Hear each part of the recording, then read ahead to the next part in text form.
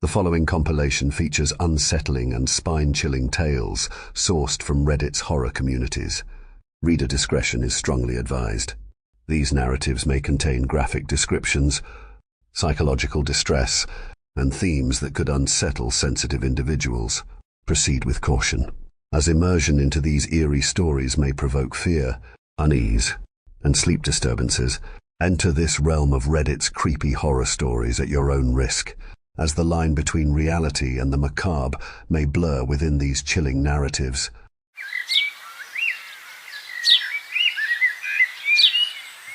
I used to be a trucker, was for about 10 years I think. I don't do driving anymore, try to limit as much as I can, even outside of work.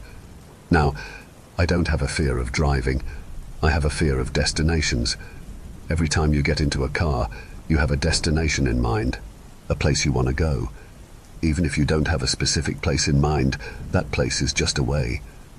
The saying, "It's about the journey, not the destination." Bullshit. When is the car ride to your vacation spot the fun part of the trip? Never. Usually just awkwardly quiet. That's besides the point though. What I hate the most though is driving through the Midwest. I swear, every single one of those towns is just the same. Identical, cookie cutter, gas station, few neighborhoods, corner store. Once you've seen one, you've seen them all. It's midsummer. I've been going through miles and miles of just cornfields as far as the eye can see. Flat fields of corn, oddly beautiful during the day, like a sea of green spreading out there. During the night, though, you can only imagine what might be hiding in those corn stalks. As a trucker, you have to remain vigilant. If something, or for some godforsaken reason, someone were to dart out, I wouldn't be able to stop. Just don't like the fields at night. I'm on Route 23, somewhere between Iowa and Nebraska, and it's getting dark. When it gets dark in the Midwest, all you have is the lights on your truck and the light of the moon. Here's something you might not know. The majority of large truck crashes happen in rural areas. I personally have had some of my closest calls in rural areas. Just nothing for miles, not even a turn in the road, and your brain basically just starts to turn off, go on autopilot. Never a good thing when your mind starts to wander while operating a 30-ton killing machine. So when I start to get tired, I start to look for a place to rest for the night. That's what I was doing when I stumbled across exit 202. I had driven down this route a good few times before, but this exit was new to me. I just figured there might have been some new development since the last time I had been down the route. I was curious, tired and hungry, so I took the exit and headed down the road. Corn. That's all I can say. Corn. This road was narrow, a struggle to stay in my lane as the highway ended and gave way to a mostly neglected road, unkempt and rough. Looking into the distance, there was nothing. No lights, no buildings, not even another car on the road. Just corn. So much corn. Then that's when I saw it. A small clearing on the side of the road, with a large neon pink sign beckoning me closer. Mabel's Diner. Getting closer, it looked like it was on its last legs. The light was dim, flickering in the night. From what I could see from the safety of my truck, the diner looked rusted and near decrepit. Although an open sign and lights within, with nowhere else to go, I hopped out of my truck and entered the building. As I entered, a weak-sounding bell heralded my entry. The place was nearly empty, with a few patrons who barely even looked up from their plates as I walked in. The waitress behind the counter looked at me with a dull gaze. This poor woman seemed exhausted, as if she had been working here as long as the building had been. Her name tag was only more proof of this. Reading Mabel. I just asked for the house special, and she served me some pretty basic eggs and sausage with a tired smile. My nose began to sniffle. I've always had allergies. Something about this place, though, was especially bad. Like stuck in a hayloft bad. My nose just would not stop leaking, my eyes were starting to water, and I was severely starting to regret not taking my allergy medicine earlier. As I ate, my mind began to wander. The food was just forgettable. It was sustaining but utterly unfulfilling. Makes sense why the place looked so worn down. Who would come all the way out here for this? That's when a big feeling of unease began to creep into my chest. The place was silent. Not a single noise. There is always noise no matter where you go. Scraping of utensils on plates, quiet murmuring, hell, even the humming of lights or even a fly buzzing past. The place was just utterly silent. I quickly paid for my meal, throwing down a wad of cash as I left, leaving all of the disheveled patrons behind me. I walked out into that pitch-black parking lot and came to a terrible realization. The parking lot was empty. Not a single vehicle was out there, including my truck. It was gone. I was stranded in this horrible place. I pulled out my phone, tried calling my boss, and of course, because I'm in the middle of nowhere, no signal and no escape. I heard a faint jingle of a bell opening and a cold voice cutting through my chest. "Mabel," she said to me. "Oh dear, your truck gone. Come on in, stay a while. We'll call someone for you." She stood so still in the doorframe, a silhouette dimly lit by the dingy light behind her. When people stand still, they still move. Their chest rises and falls as they breathe, maybe a drum of their fingers against their leg, a small shifting back and forth in their stance. But she was deathly still, like a mannequin. It wasn't just that, but her voice just sounded wrong, flat, hollow. I was filled with a sense of dread, like if I followed along with her, I would not be leaving that diner. So I slowly turned around and began walking back the way I came. Maybe if I made it back to the highway, I could hail someone down and get to a place to fill in my boss and figure out what to do about my truck. And I walked, and I walked, and I walked, and I walked. The corn all around me, so utterly alone. It was dark. No lights, no nothing. Just the rustling of corn and the moonlight to guide me. Then I heard that piercing voice again. "Stay a while. We'll keep you company." I spun around, and there she stood, standing in the road, deathly still. "Stay a while." "Meh." The corn to my sides shifted as some of the patrons of the bar slowly made their way out. Now, looking closer, I came to a terrible realization. The reason they were silent, the reason they didn't even seem to breathe. In the glimmer of the moonlight, as they approached me, I saw what they really were. Their skin was stretched tight, more of a mask than their own flesh. Peeking from underneath the seams of their skin, around their neck, was straw, poking out from between the stitches that held them together. They grabbed me, holding on to me with a strength I had never felt before. Mabel just got closer and closer to me. I trashed against their grip, screaming and crying against the men who were holding me back. Mabel only got closer, her cold, dead eyes staring into me. "Stay a while." Her hand stretched out, touching my neck, an icy stillness spreading through my body. Adrenaline is one hell of a drug. I kicked her right in the stomach with all of my strength. It was like kicking a brick wall. She stumbled back, looking more confused than shocked. The men's grip on me loosened just barely enough, and I broke loose, running as fast as I could for the highway. My heart pounding, adrenaline coursing through, letting me push past the ache and pain of my joints and my ragged gasping for air. I kept running and running past the burn of my lungs and the tightness of my throat.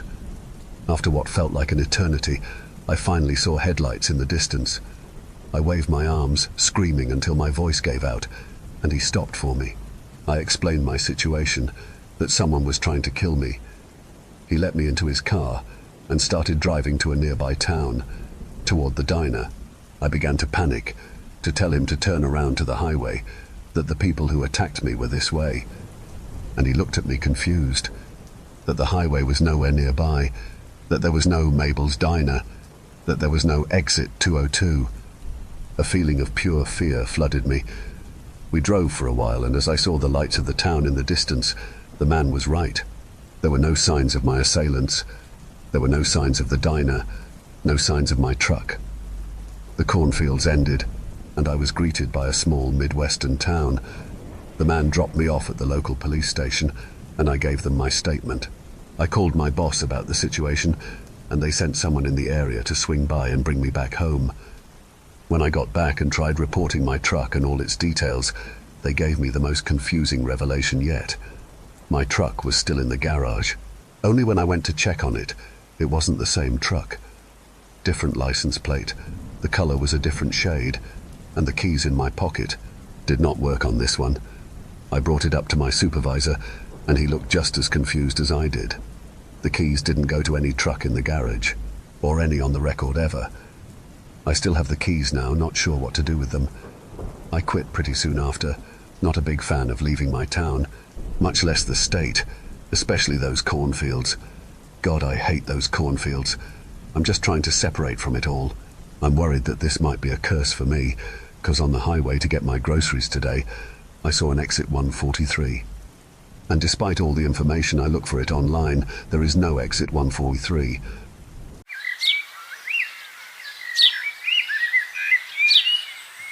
I never should have bought it. That bag, its texture, its warmth, something about it felt so wrong from the moment I touched it, but I was too mesmerized by its strange beauty. I found it in an old antique shop, hidden behind dusty shelves. The shopkeeper barely glanced at me as I picked it up, murmuring something about how it had been there for years, untouched. I should have left it there, in the darkness where it belonged. But I didn't, and now I'm paying the price. It started small, little things. At first I thought I was imagining it. You know, those small, creepy feelings you get when you're alone, like the air shifts, or the shadows bend just a little bit differently. Yeah, like that. But it didn't stay small for long. After the first night, I began hearing faint whispers. They were soft, barely noticeable, like someone calling my name from another room. I'd searched the house, but it was always empty. The bag was always where I'd left it, sitting quietly in the corner like a patient predator. On the third night, I had my first nightmare. I dreamt of a girl, her skin peeled away, her face contorted in pain and rage. She stood at the foot of my bed, her eyes hollow, her lips whispering things I couldn't understand. I woke up in a cold sweat, and there, sitting next to me on the bed, was the bag. I hadn't put it there. It had moved, on its own. I was too scared to touch it, too scared to throw it away. I couldn't sleep. The whispers grew louder every night, creeping into my thoughts, turning every dark corner of my mind into a nightmare. My house, it changed too. The windows would fog up without reason, the mirrors would crack when I wasn't looking, and every time I checked my reflection, I swear I saw her, the girl from my dreams. Aisha, I later learned her name was. The name came to me in a whisper, like the wind spoke it. I couldn't take it anymore. I needed answers, I needed help. Desperation led me to a shaman, an old woman who lived on the outskirts of town. I didn't believe in such things before, but I couldn't deny what was happening. Something unnatural had latched itself onto me, and that bag was at the center of it all. The moment the shaman laid eyes on the bag, her face twisted in horror. Her hands trembled as she reached out to touch it, pulling back at the last second. "You have no idea what you've brought into your home," she whispered, her voice thin with fear. I tried to explain everything, the whispers, the dreams, the moving bag, but she stopped me, shaking her head. "This bag, it's not just cursed, it's evil. It was made from the skin of a girl named Aisha, killed by her best friend out of jealousy. The friend, Samantha, believed she could steal Aisha's beauty by wearing her skin, but the act twisted her soul. What she didn't realize was that Aisha's spirit was bound to it, and her vengeance consumes anyone who possesses it." My throat went dry. I felt the blood drain from my face. "Vengeance?" I stammered. The shaman nodded, her eyes wide and filled with a terror I had never seen before. "Samantha's entire household was slaughtered by the bag. It's cursed, feeding on the lives of those who own it. Aisha's rage will not stop until she's taken back what was stolen." I tried to breathe, but the air felt thick, heavy. "What do I do? Can't you help me?" The old woman's face darkened. "There's no undoing what's been done. You must destroy it." "How?" She shook her head, already looking defeated. "You can't. People have tried. Fire, water, even burying it deep in the earth. It always comes back. The only thing you can do is run as far as you can, but even then, I'm not sure you can outrun her."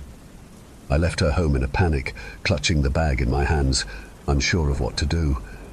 The streets seemed darker as I walked, every shadow seeming to stretch towards me. I could feel it. Aisha was close. She was watching. That night, I tried to leave the bag outside, thinking maybe I could abandon it. But the moment I stepped back into the house, it was there, sitting in the middle of the room, waiting. The whispers were louder than ever, now calling my name over and over again. I don't know what to do. Every time I close my eyes, I see her, Aisha, her skinless body, her hollow eyes filled with hate. The bag seems to move closer on its own, inching toward me, always a little closer when I'm not looking. I can feel it tightening around my mind, like a noose I can't escape. The shaman was right. There's no escaping this. The bag will take me, just like it took Samantha and everyone else. I just hope someone reads this before it's too late.